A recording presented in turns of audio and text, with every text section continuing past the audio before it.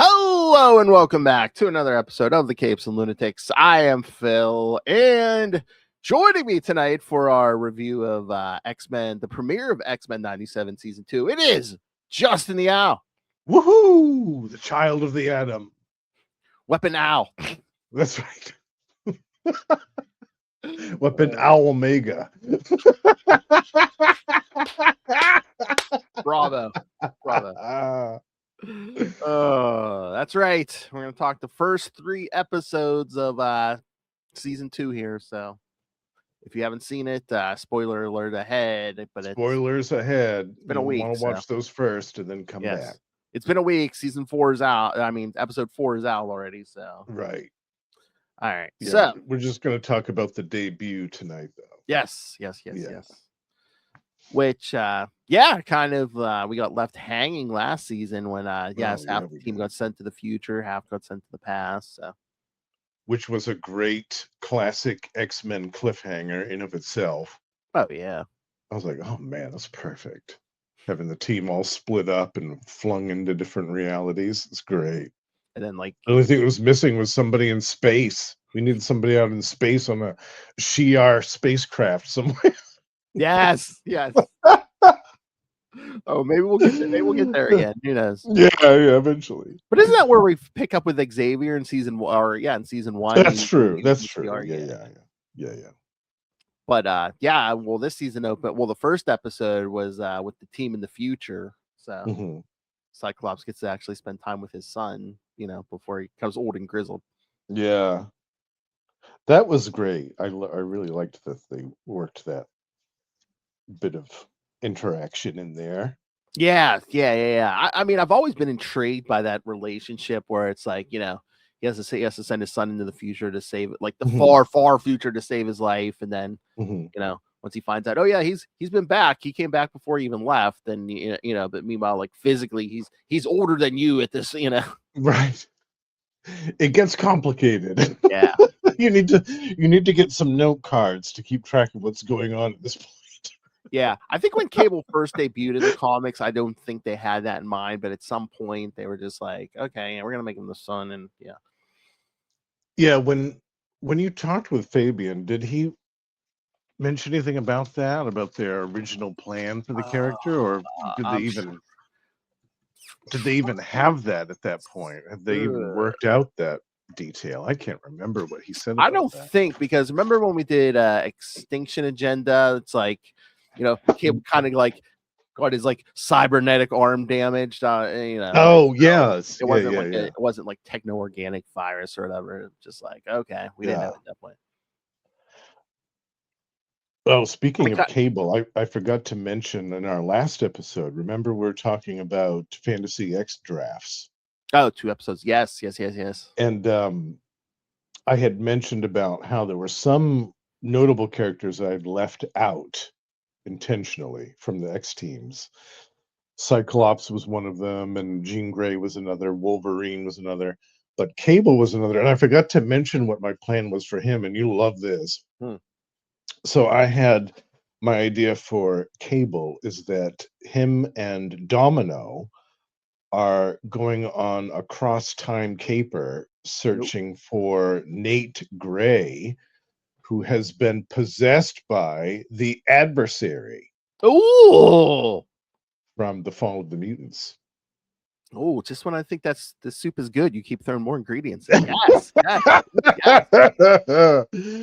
So he's on a mission to unmake reality, and he's like, it's kind of like that scene from Doctor Strange in the Multiverse of Madness when they were kind of getting flung through all those different realities really quickly. It's like a slower version of that where they're chasing uh, the possessed Nate Gray through all these different alternate realities, and he's trying to tear bits and pieces out of them to make himself more powerful or whatever. Yeah. That was my plan for Cable and Domino and Nate, was that they were all embroiled in this mess for a while. That's what we need in this season. We need a lot of Domino. Yeah. Give us some Nate Gray. Come on. We've seen some Cable though, Mm-hmm. which is good. So we get with the far future. Well, Forge and Bishop decided to go after the two time lost teams, and the Bishop's like, I guess you're going to the future because we know Storm's there. So. Yeah. You've been there. You're intimately familiar with the future. That's right. Boy, talk about a romantic gesture. Yes, I'm bringing you back from the future. But of course, I mean, for those familiar with the comics or those of you not familiar with the comics, Cyclops and Jean are basically with young Cable or Nate. God, we should do some of that. It's like the Adventures of. Well, they go to the future, and at first he doesn't know it's them. They call themselves like Slim and Red. Oh right, yeah. What was that in? Oh God, I think they did like 2 different miniseries for that. Yeah. Maybe again, it was the '90s, so again, it's like, oh hey, I want to do a miniseries, an X-Men miniseries. Okay, yeah. All right, yeah. You need to know what it's about? No. No, God, no. You had us at X-Men. No, print it. Yeah, just do it. Write it, print it. We've only got a dozen X books each month. We need another dozen. I don't think you even needed a plot. It's like, okay, you're gonna give us something Spider-Man or X-Men. Yeah, print it. Yeah. Don't bother us with the details. Print it. Yeah. Oh man. The 90s were great though for X stuff.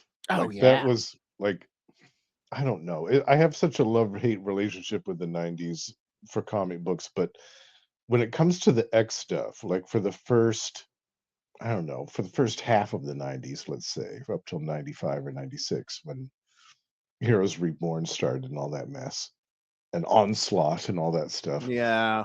Like up to that point, it was gold. Oh It yeah. was solid gold. I mean, we had so much good stuff, so many great characters introduced.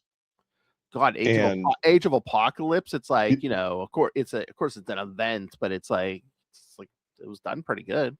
Yeah, but look at the just all the things that happened in that first year of after the Mutant Genesis. You had the 2 X teams. You had Blue and Gold. Yep. But then you had the introduction of Bishop right after that, and he joined the team. And then you had X Factor, which had just changed into the Peter David lineup and became an instant classic. And then you had X Force, which was doing its whole other thing with Fabian at the helm, writing some great stories. And then Excalibur, which was a whole other thing on the other side of the pond. It was great. You had such a cool variety of characters and writers and artists and plots. And the only thing that I complained about in the 90s was when they started to go a little bit overboard on the crossovers. Eventually it got to the point where they had, what was Extinction Agenda, like 20 parts or something crazy like that. It was when they started to kind of overdo it on that stuff. Executioner Song. Yeah, Executioner Song. That one. Yeah. It was like 20 parts or something. I was like, what are you doing? This is so padded. I feel like I'm in a room at Arkham Asylum.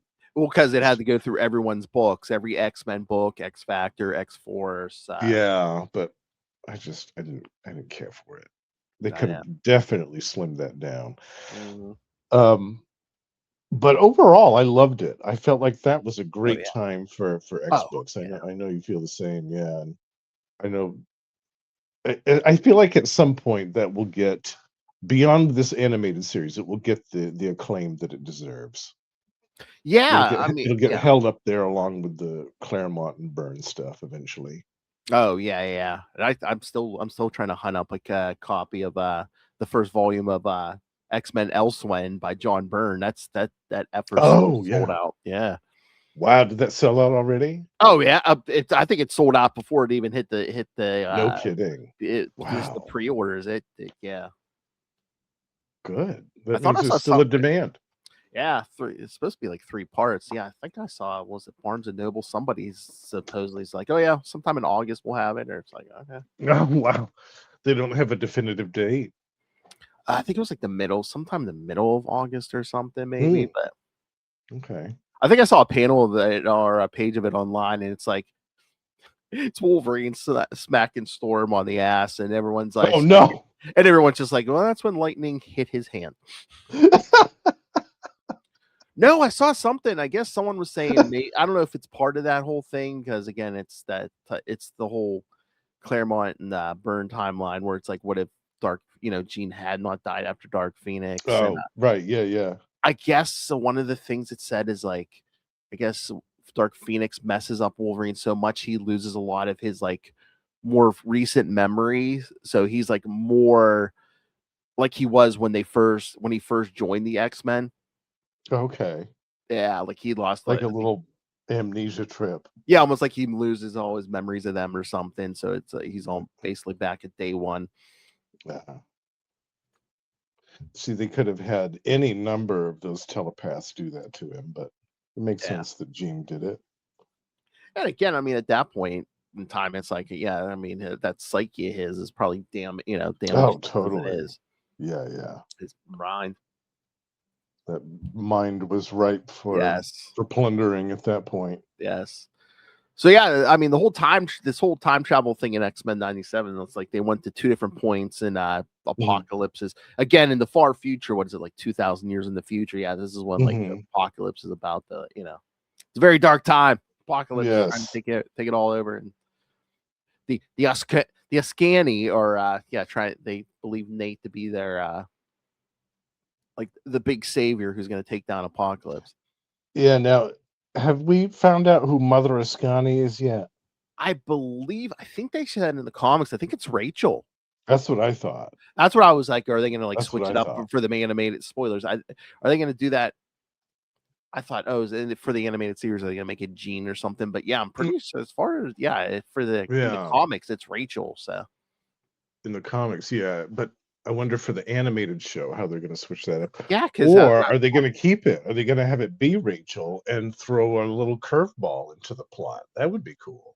From an alternate timeline, they could be like, "Oh, this isn't even our appropriate timeline that we're in. This is some alternate future shit." well, I mean, that's kind of the way it plays out in the comics. I mean, she's from an alternate timeline, and Mhm. yeah. If they adapt it that way, then imagine they could be like, "Oh, we just went through all this for nothing. Like, this isn't even our reality." Could you imagine? That'd Oh be yeah, wild. or it's like she can't. Maybe that's why they didn't reveal who she is, because they're gonna reveal young Mm. Rachel later in this season, and then they'll Mhm. reveal, oh yeah, this one who came from another timeline, and That's what I thought. I thought, "Wow, if that's Rachel, then this could be a whole other, like, alternate oh reality, and they yeah, don't even realize it yet." because that's the whole Yeah. thing from those '90s comics too. It's like, oh yeah, she's kind of his sister, but from another timeline where like he wasn't born, but she was.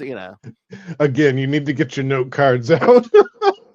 Because when they originally like introduced her, they're like, oh yeah, Jean was still quote unquote dead. So they're like, oh hey, Right. she comes from a timeline that can't possibly exist because Jean Grey is dead, but Jean Grey's her mother. So Yeah, yeah. Paradox. Time paradox. well, that's why when Jean came back, she was all freaked out because she was like, Yeah. she's like, oh, oh, my destiny's set in stone. Mhm. There was an issue of Excalibur, actually, that had a really great conversation between Rachel and Jean. Mm. It was wonderful the way that they wrote that. I think Where that that was in that annual, because they kind of dealt with that too in that annual event we covered on yeah, Marvel Tales at Days of Future that's Past. right, yeah, yeah, yeah, yeah. Yeah, I love that. Oh yeah, because didn't they kind of do a play on that for the title of episode 1? What I'm pulling it up, I forget how they. Oh, Days of President something Days of Past Future or something like Something that. like that. Here, I'm Yeah, pulling up the it titles was now. clever. It was clever. Yeah. Yeah. Season 2. Oh, Days of Past Future. Past Future. Okay. Yeah, I like that. Yeah, and then speaking of which, we get a glimpse of the past as well, and I love that they worked Ramatut into that. I thought, Uh-huh. "Oh, man, the Marvel heads are getting their full feast tonight. Yeah, oh yeah. Ramatut." I know. I was like, really? I'm like, are we gonna like announce who he is? And they kind of did. I was like, oh yeah, That's they did. wild. Yeah, I wasn't expecting that at all. I thought, "Oh my god, that's crazy." Oh, I mean, not to spoil too much for episode 4, which is part 2 of that, but kind of at the end, you kind of get like a quick, like 2-second clips of him in his other suit. Oh, okay. Yeah. As he's like Alright. escaping. Nice, nice, nice. Uh, but yeah, so what are your thoughts on episode 1? I loved it.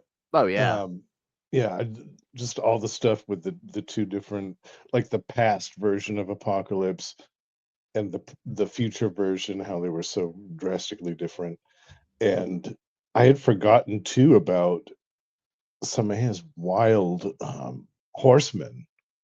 Like there was Oh yeah. that dude that had the drums, the military drums from like the Yes. Civil War stuff that like screwed over Jean's psychic powers. Yes. I was like, "Oh my god, I forgot about these people."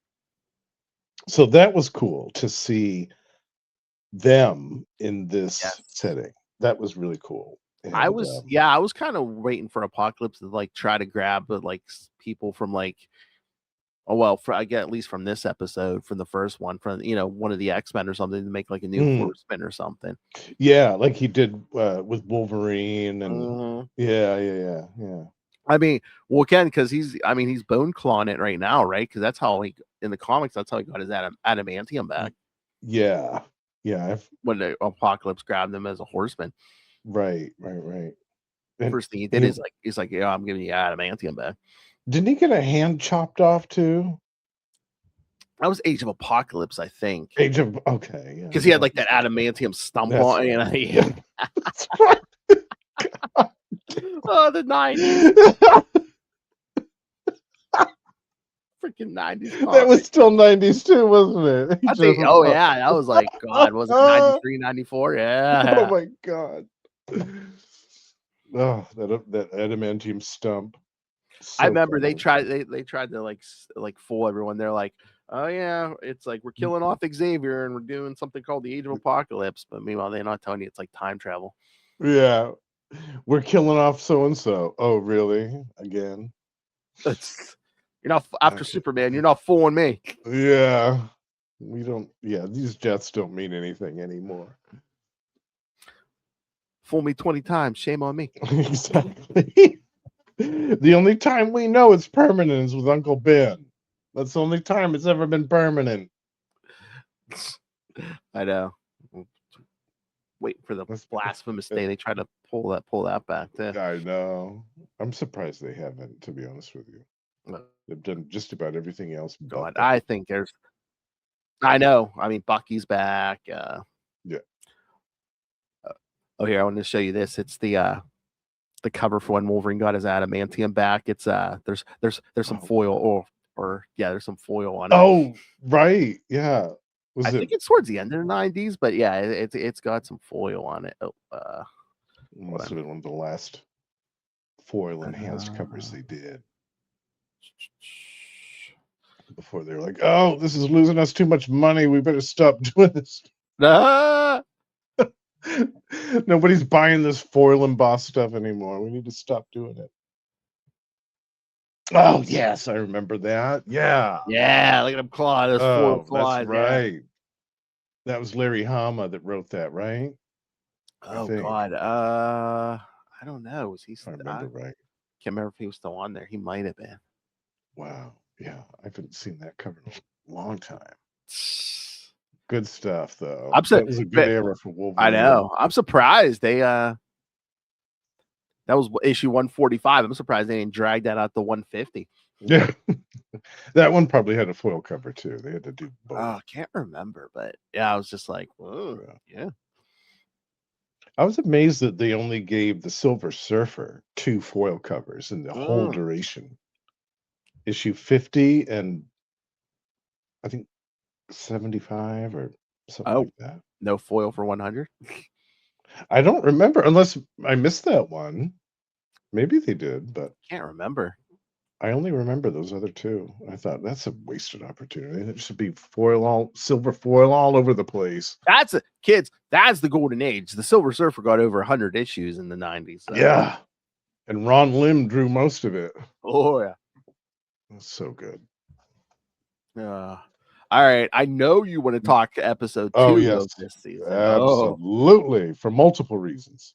Which you knew exactly what they were doing, because episode 2 was called A Force to Be Reckoned With. Yeah. With the different intro and everything. Oh, it made me so I love that. I know, I love that. I love they took the time to do like a whole separate intro for X Force 97. Yeah. I wonder if they're gonna do one for X Factor too, because they introduced that yeah. too, you know.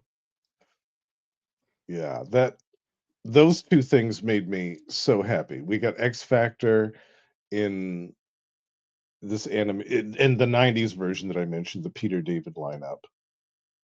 We have that version, and we have my girl Betsy as Psylocke kicking major ass, and they did such a good job with her showing her how her powers work in animated form. I absolutely love that. We had the purple, we had the butterflies and stuff. I was like, oh god, this is fantastic. I've waited years for this. Betsy, you got your blonde biscuit archangel. Yeah. Yep. Oh, so much. And I loved the interaction between them and X Factor. I thought that was great because they kept the whole theme with the government sponsored mutant team, and they had their old 90s outfits. Madrox even had the green trench coat on. I was like, oh my god, serotonin. Yeah, and again, I mean, they kept like the harder edge for X-Force, especially Cable, and when Jubilee, who's there, is like, this isn't the way the X-Men would do it, and Cable's like, yeah, and look where that got them, because they're dead. Yeah, right.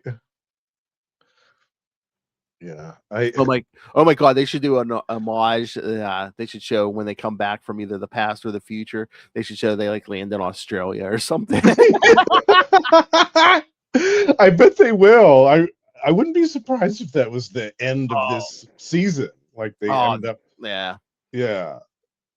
Or they could do something like, remember the Siege Perilous, where they all got mind wiped and got flung to different places. I could see them doing something similar to that as well. That would be a great cliffhanger for this season if they all step through the Siege, or at least some of them step through the Siege Perilous, and it's like, well, where'd they go? Or some version of it that had to do with this time travel stuff.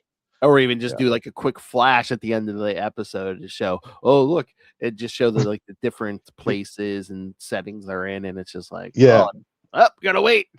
Yeah. See you next year, folks. Come on. 10 episodes, and it's like, see you next year. Right, yeah.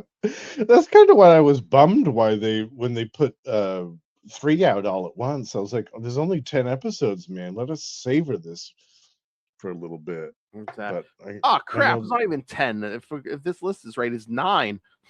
Oh really? Well, maybe the last episode will be longer. I don't know. Yeah, because every one of these so far, I don't think there's been one over 30 minutes. Which is fine. I don't need these to be long episodes, just more of them.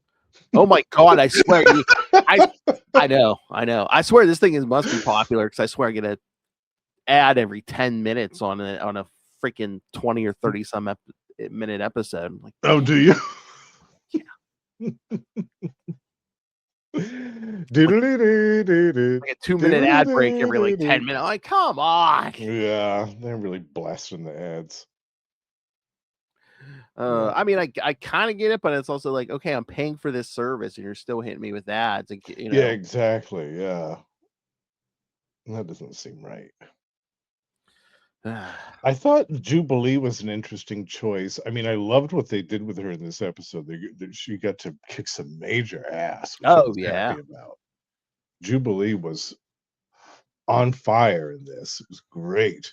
It and like, was it was the second episode, right? Not the third one? yeah, X Force was the second episode. Yeah, Right. Okay. yeah. Yeah, yeah.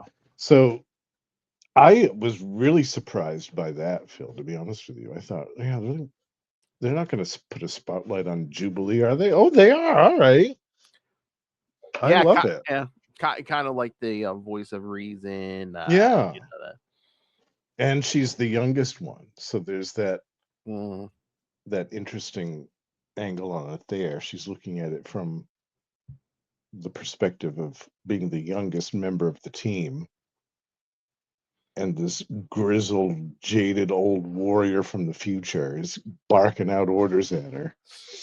I mean, God, that was the other thing in episode 1. Scott and Gene were talking about taking Nate back to young Nate back to the present with us, and Gene even says to Scott, she goes, "What happens to Cable?" Right. I love young Nate's like, "Who's Cable?" Forget we said that. We're talking about cable TV. I like too how they showed the young Nate grappling with the phalanx technology. Like Oh yeah, he was trying to resist it, but then he realized that if he gave into it a little bit, it would allow him to escape that situation. yes, yeah. Scott trying to like kind of talk him through that, yeah, Mm-hmm. because that was the whole thing from the comics. It's like, yeah, like Cable would be as powerful as Nate Gray, but except he's always using part of his power to like keep that techno-organic virus in check. Right. Yeah. It's like it kind of cripples his, like it would like absorb his whole body if his telekinesis wasn't like keep it in check. Right. It's this crippling limitation on his power. Otherwise, he'd be just like X-Man, Nate Gray, just this vastly powerful being. It's interesting. It's cool. Yeah. Oh yeah, because I mean, think about it. I mean, depending on which version it is, it's like his mother's either Jean or a copy of Jean. So right, those are some depending on who you ask. Yeah, those are some strong genes,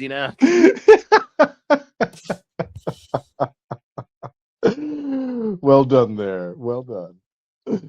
But yeah, I find it kind of interesting. They did like a buffer. The X-Force episode was kind of the buffer between the future episode, and then episode 3 was part 1 of Rise of Apocalypse. Yeah. Where the rest that was interesting too, that they put a part 1 of a story out on the opening day of the series. It's interesting, but they wanted to get people hooked for next week. For this week, rather. Well, I guess they kind of showed you where everyone was at, but then you also kind of got your cliffhanger at the end of 3 because it was a part 1 of 2. But yeah, in the past, well, Magneto more than anyone is like, he's like trying to talk to us, and it's like, well, they meet young Apocalypse, and they're just like, or Unsabin Nur, and they're just like, and Sabin Nur. Magneto's like, we could change him. Yeah. How many people have said that? I was gonna say all you people in toxic relationships. How many of you have said I could change them? Yeah. No, leave it to Magneto to go back and be the quote unquote voice of reason for the young Apocalypse. Okay. I saw episode 4 today. Spoilers, kids. It does not go good. Imagine that. Yes. What a twist.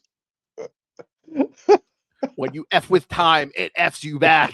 Yeah. The only way it could have gone possibly worse is if the Shadow King was involved. Oh, God. Although, we were talking before, we were pleasantly surprised. We did get a a certain Marvel villain who's not known to be an ex-villain, Yeah, Rama Tut, which, Rama spoilers, Tut. kids, if you don't know who that is, that's an alias of Kang the Conqueror. That's right. And for And the who has the technology? Like we see that in this episode with him, that he has this technology, he has these robot servitors. I was like, wow, they're really doing it. They're really doing it. oh yeah. Yeah, I'm so excited. I just hope that there is some little reference to Kang um, later on Yeah, to open the door for other stuff. I would really like to see that. yeah, true. I mean, again, and you can use that as a doorway for some Avengers to show up, or Hmm. hell, Fantastic Four, because well, they're the ones who first encountered Rama Tut. Yeah, yeah. And oh God, I don't mean to spoil episode 4, but he says something where he's like, "I've had many names," and he says Nathaniel, and it's like, Oh, there we go. All right. So yeah, I'm pleased with that already. It was interesting. I was talking with my best friend about the fantasy X-Men draft and just other teams, and I asked him who he would put on his fantasy Avengers team, and he really floored me with this curveball. He said, "I'd put the Scarlet Centurion on the Avengers." oh, Wow. All right. Interesting. As a God, hero. He's like, yeah, this would be a hero version. Oh, God, okay. Kang could be a whole team himself, man. If you just time travel. Exactly. Who's on your team? Kang, Rama Tut, Scarlet Centurion, Immortus. But I was really impressed with that. I said, wow, Scarlet Centurion, that's a really deep cut. yeah. I love that. Oh no, trust me. Eventually, we're gonna get to some Avengers. Like I'm already thinking this thing through. I'm like, okay, we could do Avengers, West Coast Avengers, Secret Avengers, Secret Avengers. Yeah. There's that space, like there was a Cosmic Avengers team for a hot minute. Oh God, remember when they had Conan in there for 2 seconds? You got like Savage Avengers. Oh, yeah. New Avengers. Oh yeah, Young Conan, Avengers. where's Devil Dinosaur? They made him an Avenger, didn't they? Howard the Duck. I mean, if any time, probably during Bendis's run. I don't know. Yeah, Man Thing. You know, they're all going to be Avengers at this point. Oh God. There's Justin's pick for MVP of Avengers team, Man Thing. Yes. Man Thing. You know it. Saved your life more than once, buddy. Giant sized Man Thing.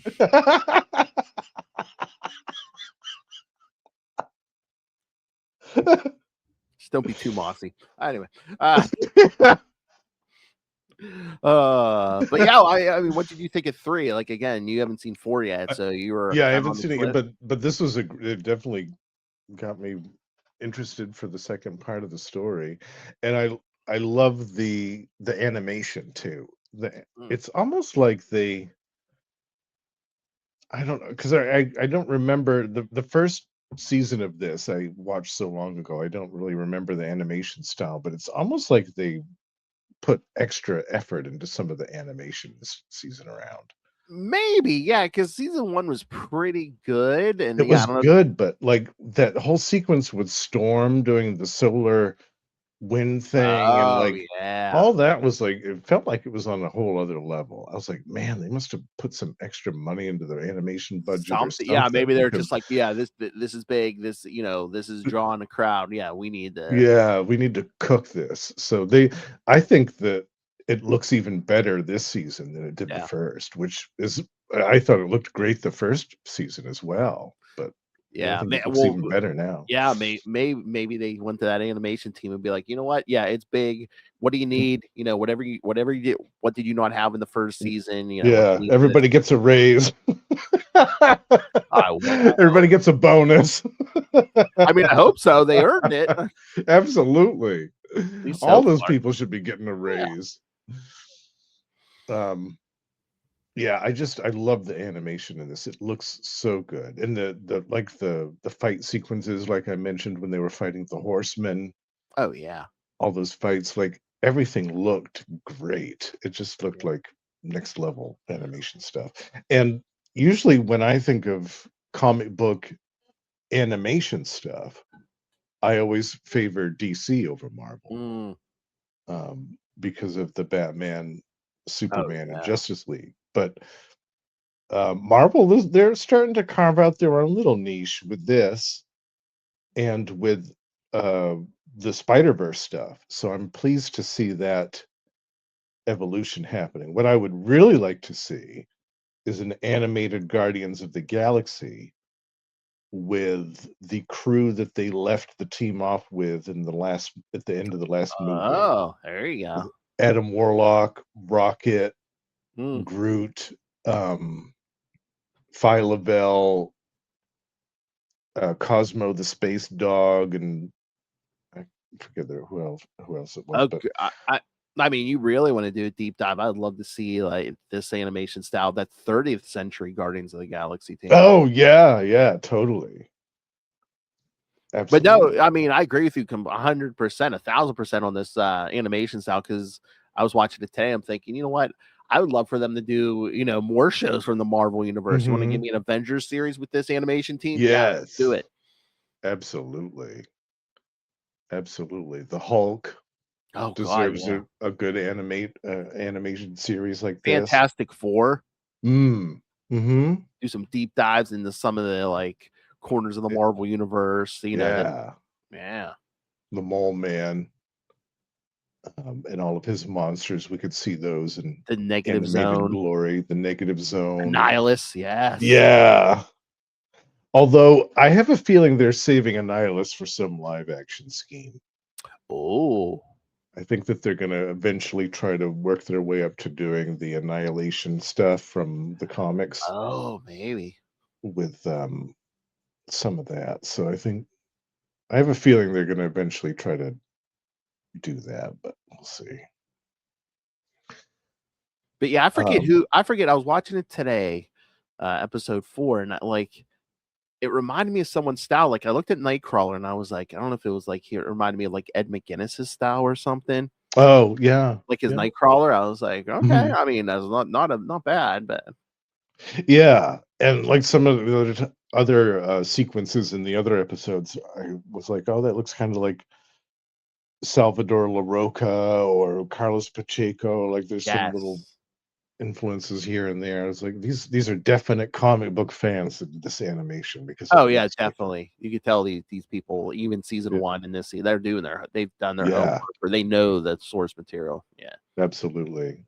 And just the fact, like I mentioned, with the X Factor costumes being so spot on. Even Polaris had the same frizzy hair and the shoulder pad things in her blue and gold outfit that she had in the 90s. Like they really have paid attention to the fine details, and I love that. I was looking at the episode list because like before they didn't have like any descriptions. Now they kind of do. And I don't know if it's Mm, gonna be the whole team or not, but I see Polaris is mentioned on an upcoming episode this season. nice. So Oh, I yeah, love it. Yeah, yeah. yes. Yeah, I want to see more of this X Factor. Even if they kind of fade into the background, I still want to see more of them at some point. Oh, that was so funny in episode 2 when Jubilee, what she call Havoc, or was like bargain basement Cyclops or something. Yeah, And he's like, yeah. oh, Ouch! Hit him where it hurts, Jube. I think even Lil Hellfire would that's the better Summers brother there. Uh, oh, you know what? If you haven't noticed it yet, when you see it, you'll see it. But the ancient Egypt stuff, they're kind of wearing like different like Magneto's Symbol. wearing a version of like a later costume. Yeah. Rogue is it, with the colors and stuff. Is that supposed to be an homage to like her '80s costume, like when she first like joined the team? Oh, with the like the You mean before, when she was a villain, when she had that like white and green No, like when thing, or the oh god, there's a famous cover, but it's like it's kind of like an orange top, almost like like she threw like not a sweater, but something over her. oh yeah, she had like the green and black thing underneath that, right? Something, yeah, but just it wasn't exact, but like the color scheme, I was like, okay, I think they're homaging that, Oh, something like that. Yeah, yeah, yeah. yeah. I wish I had thought of this beforehand. I would have tried to get like a side by side of like the That's it. Yeah, that's okay. the screenshot Oh, from it. a while ago, I looked at somebody had compiled like this massive compilation of all the different costumes that Rogue has had over her entire existence, and I didn't realize she had had so many. I was like, "Wow, damn! I didn't even realize these." Like, she had a cape for a while, and Yeah. she had like a hood, a cowl for a while. I was like, "What? Wow." Yeah, like some Okay, yeah, that one. that Yeah, one, yeah. okay. Like it doesn't look exactly like that in the episodes, but I'm like like her top is kind of like darker than that, Yeah. like an orange Okay. Yeah. or a brown, yeah. Yeah. Yeah, that John Romita Jr. stuff. Yeah, I forgot Yeah. about that. Because she switched to the green and black outfit right after that.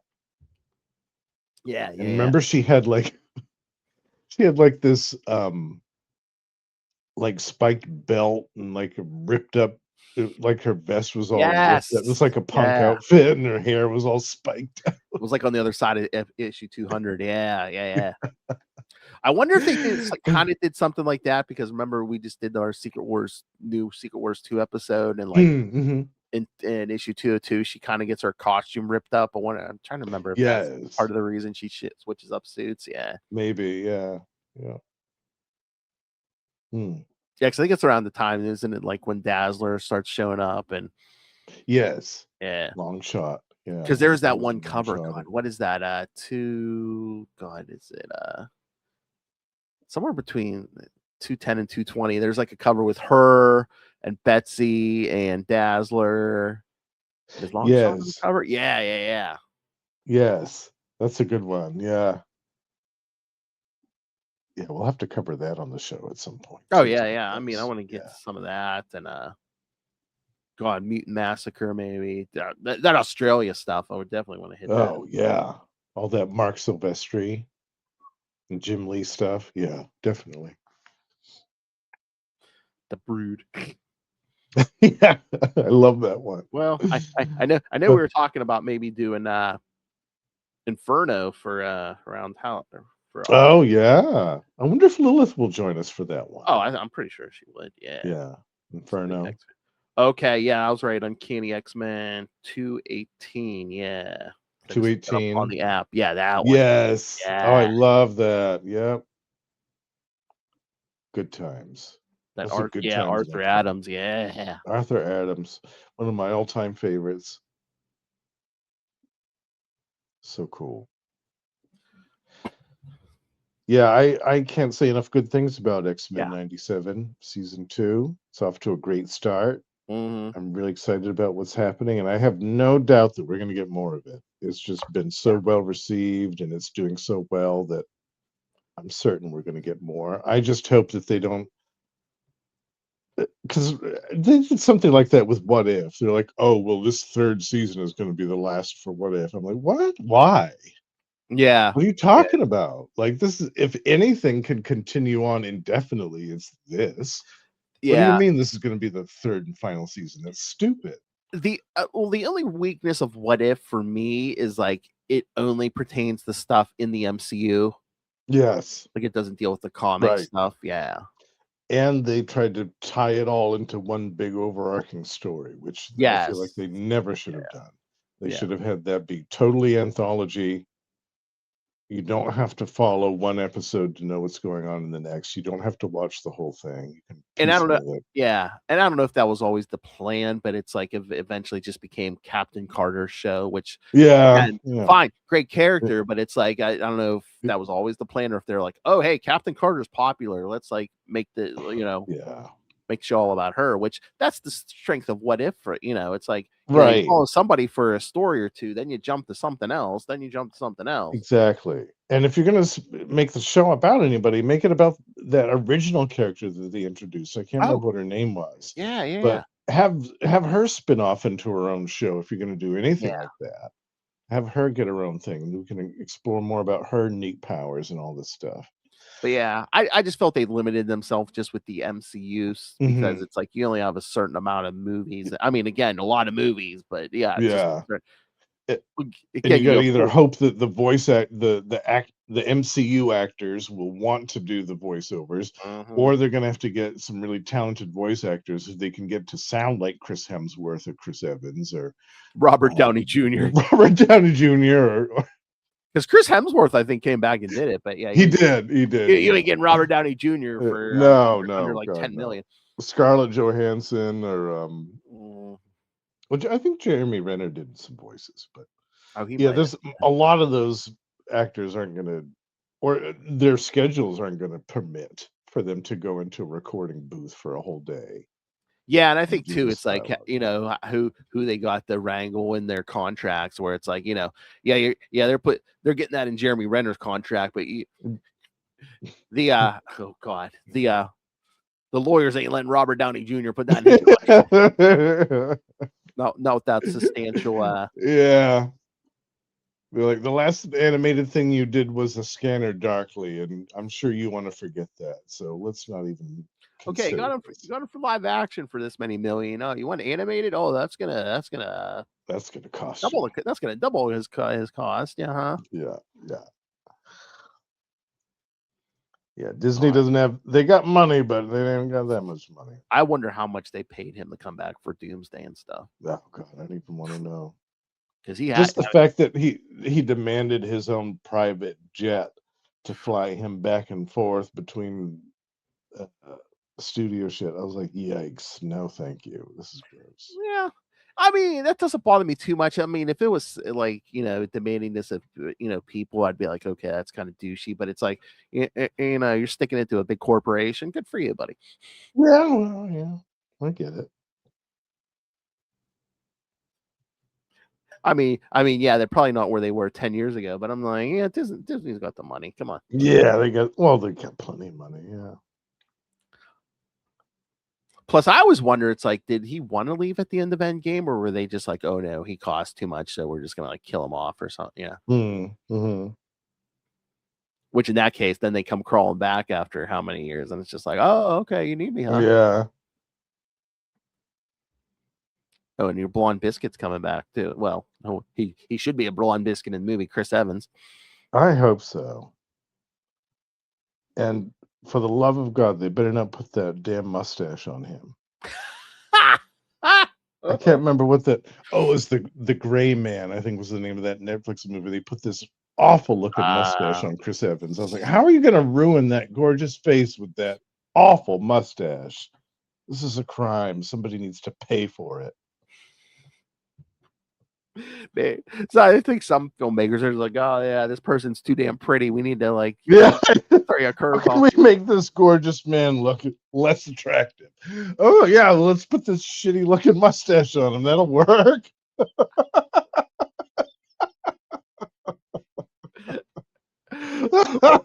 Or get like a Scarlett Johansson or someone like, we'll put glasses on her now. Yeah, glasses. Yeah. We'll have her hair look all messy and frizzed out. New Jurassic Park. She's all sweaty. Yeah, right. Yeah.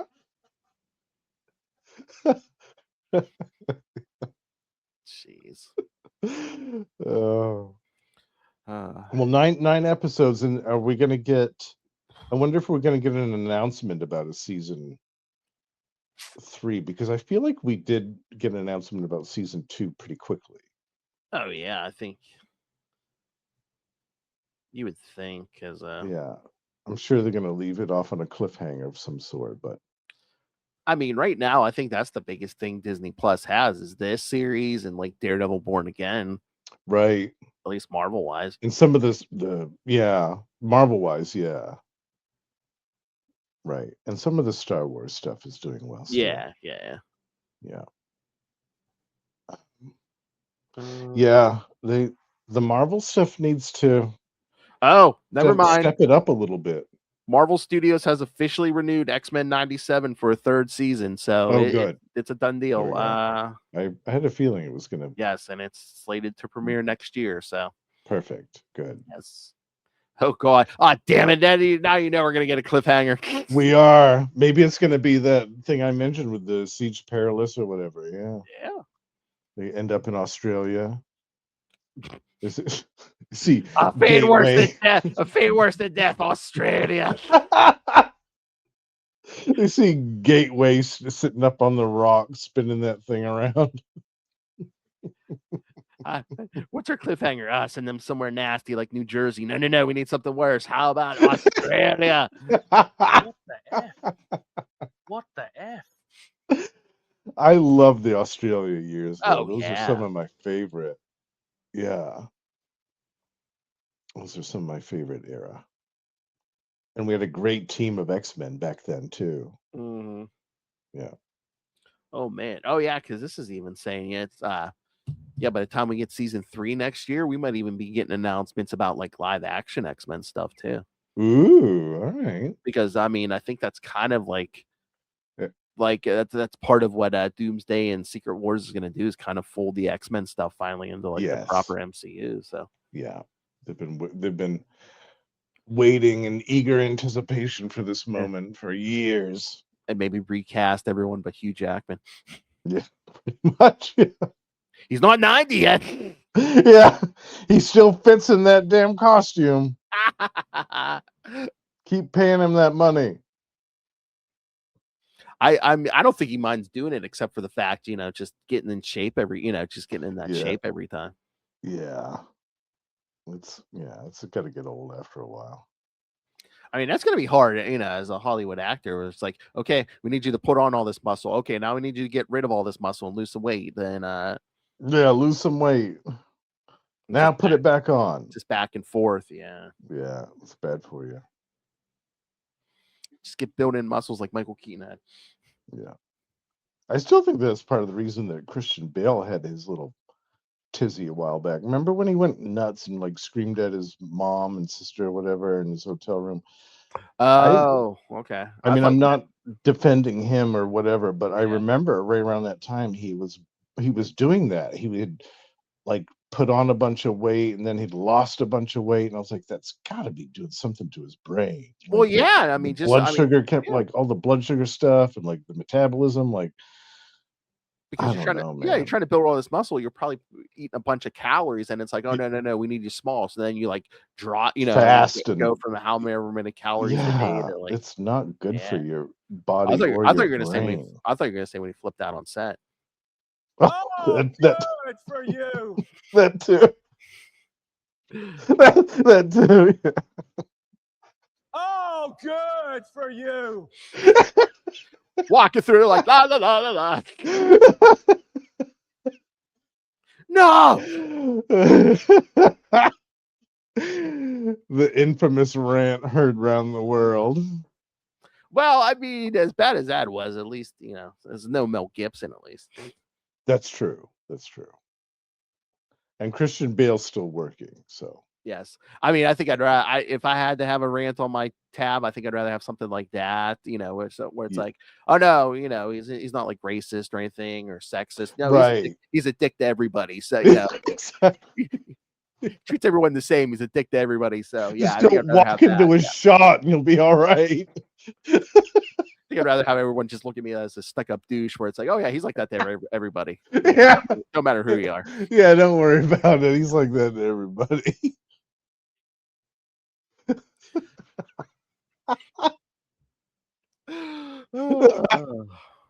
And I was one of the few people that actually liked that Terminator movie that he was in. I actually like Terminator Salvation. Not now, dick.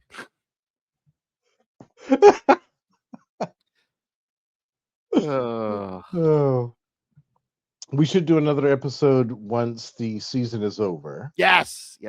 And talk about our predictions for the next one, because I'm Oh sure yeah, there's going to be cliffhanger. I'm sure there's going to be all kinds of loose threads that need to be tied up. So yeah, yeah, and that way, hopefully, I mean, we can get Lilith and Tyler's thoughts on this. yeah, Too. yeah. Yeah. Maybe we can get Russell in on some of this as well. Oh yeah. Oh God, Russell's always welcome. I just never know if Uh, he's available. Yeah. yeah, he's a busy guy, but I know he's got some love for the X-Men, and he definitely enjoys this series. Yeah. No. Yeah. Maybe I'll see if Yeah. he's available. Yeah. Russell's always either live or if if he don't have the time, tell him to record something and send it in. Yeah. Mm-hmm. We can promote Kaiju Comic Cast too for That's him. right. Yeah. Yes. Nice. Howdy, y'all. I know you're waiting for it. Oh God. Look at our wrecking ball testicles. Hold on, I was just looking real quick to see when this season is. Today was episode 4, and then there's only 9. We're kind of halfway through the season already. Yeah, that's what I mean about doing all these episodes all at once. It's like, Yeah, oh, that's the only bad thing about premiering with the first 3 episodes. It's like, well, halfway through the season already. almost, Cool. yeah. I remember back in the day when we used to get 24 episodes a season. Yeah. Farm remembers. If this is right, August 12th is the season finale. So yeah, maybe in August we'll do another episode. Huh? All right. Oh yeah. When we're done, I want to ask you something about August also. Okay. Something we were already talking about, but I just want to be like, all right. Should we do it this way? All right. Any other thoughts on this one? No, just this was fun revisiting these episodes. If anybody hasn't watched them, definitely check them out. Yes. But I don't know why you would listen to this first and then watch it. I know. Again, if you're an X-Men fan, especially if you love season 1, this is like Justin was saying. I think as good as the animation was on season 1, they even stepped it up from there. So that whole sequence with Storm summoning that solar wind, I was like, oh my God, this is so good. Oh my God, I can't wait for you to see episode 4. There's some stuff in there. I'm just like, oh my God, that is awesome. I'm so excited. Yeah. All right. So send us your thoughts. Let us know what you think about the season, because we'll try to squeeze in another episode when we get to our finale in August. But next time we're going to talk. Lil should be back, and we'll talk to Mr. DG Chichester for another Chichester chat for the Spider-Man Cyber comics of the 90s. I'm excited about those. Those are brand new to me. Oh yeah, we talked to him once about, coincidentally enough, the X-Men ones, and you gotta watch. Yeah, watch those. They're pretty cool. Yeah, and I'll even share a link with those, because he just has his the ones he did uploaded on YouTube. So. All right, and then after that, we've been trying to do at least one Absolute DC book a month. So this month it'll be Absolute Martian Manhunter. Yeah, the first six issues, which going into the weird zone. Yes, and Kristen should be back for that. And then their next Electric Superman episode. Woohoo! Yeah. And then something new. Me, Justin, and Mr. Will Allred will going to start going through the Captain America run of Mr. Mark Grunwald. Yes, the legendary 10+ year run of Captain America. Yeah. I'll say if we do a couple episodes or a couple issues an episode, it should take us not as long as 10 years. Just a few years. Oh God, I know. Oh my God, there's so much good stuff. I can't wait to get that Captain stuff. And oh yeah. Oh man. All right. Oh yes. And for you X-Men fans, the episode after that, we're going to be talking to writer Ben Robb about his 90s miniseries Psylocke and Archangel Crimson Dawn, which was recently reprinted in one of the X-Men trades. So and it's on And Marvel Unlimited. So and I'm going to ask him a bunch of questions about Excalibur. yes, he does. Hey, he did write for a bunch of the X-Men stuff. So yeah, if you have any Ben Rob X-Men questions in general, send them in. All right. So yeah, great stuff coming, and we'll have a Spider-Man brand new day review here beginning of August. So stay tuned for that. Send your thoughts on that. All right. So send us your thoughts. Email us or call us. Because again, you never know. I mean, our X-Men draft episode got some good response, especially on yeah. So that was a great one. Could be someone's first episode, and if it is, keep watching. Not just for the X stuff, all of it. All right, so yes, email us CapesandLunatics@gmail.com or call the voicemail 614-382-2737. That's 614-38-CAPES. And remember, you can find us on pretty much all social media. Whatever your social media, we should be there. If you find a social media and we're not on it, let me know. I'll put us on there. Help support us by buying merch at TeePublic or Spring. Get your Capes and Lunatics, your Podfather Phil, your Lost Library of Legends. Yes. And if this is your first episode, you say, what's the Lost Library of Legends? Stay tuned. I'm about to tell you what that is. Indeed. Yes. And again, Lilith Hellfire's favorite method, just give us money through the Cash App link, Capes and Lunatics on Cash App. We need the money. Gimme.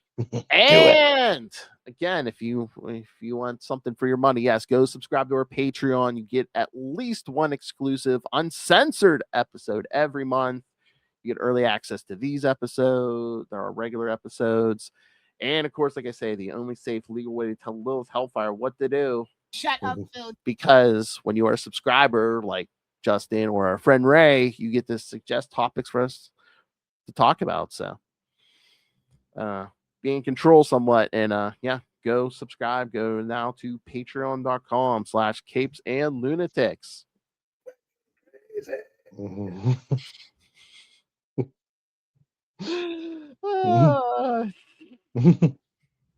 Talk about rising from the Pharaoh's tomb. Aura, the ever living. I need that story now. All right. All right. So, like I said, I will let you know about what is the Lost Library of Legends. Well, that is Justin the Owl's podcast. So that's right. Tell them all about Justin. Well, I just put up a new episode featuring yourself, the Podfather Phil, joining me on the very first episode of Maxima Magnificence, the Maxima podcast, where Phil and I discussed her very first appearance in the pages of Action Comics back in 1989 and 1990. Oh yeah. Again, keep your eye on Maxima. She's supposedly supposed to show up in those DC movies next year. Yes, next year she'll be making her motion picture debut. And also tomorrow night, I'm recording a brand new episode with my pal Russell. The Adventures into the Mindscape, the Sleepwalker podcast, still rolling strong. Yeah, something's gonna be tasting that air. Yeah. Gotta rub that one in. Oh, you say you guys are recording that tomorrow? Tomorrow, yeah. I need that for Friday morning, please. That work, please. I'll see what I can do. Yes, for the fans of the you fans of the Marvel Sleepwalker comic, the greatest comic of all time. That's right, undisputed. Oh my god. Hey, if you want to do any Quasar episodes, let me know. Might even be able to get Will. Actually, we're going to mention a Quasar episode. He has a cameo in one of them. I think it's 50. Is that an Infinity War? Because I was going to say. It's one of the Infinity. I think it's Crusade. Oh, okay.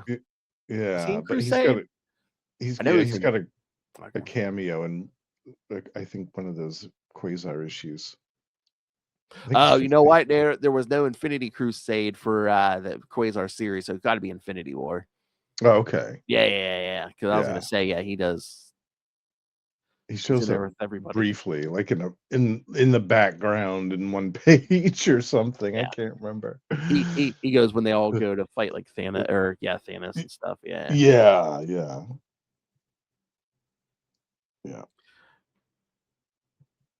Damn Adam Warlock. I know. All those Infinity crossovers gives us a migraine. Exactly. Yeah. All right, kids.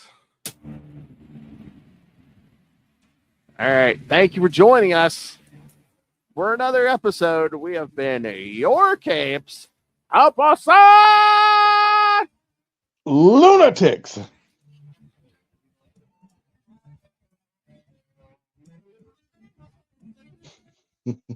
You know the varied history of Lunatics?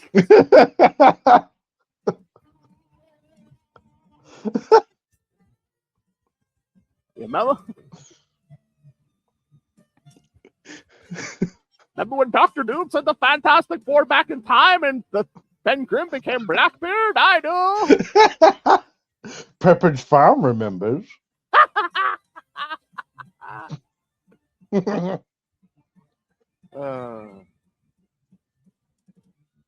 God, that's an episode somewhere. We should just be like, who has Kang been? A retrospective.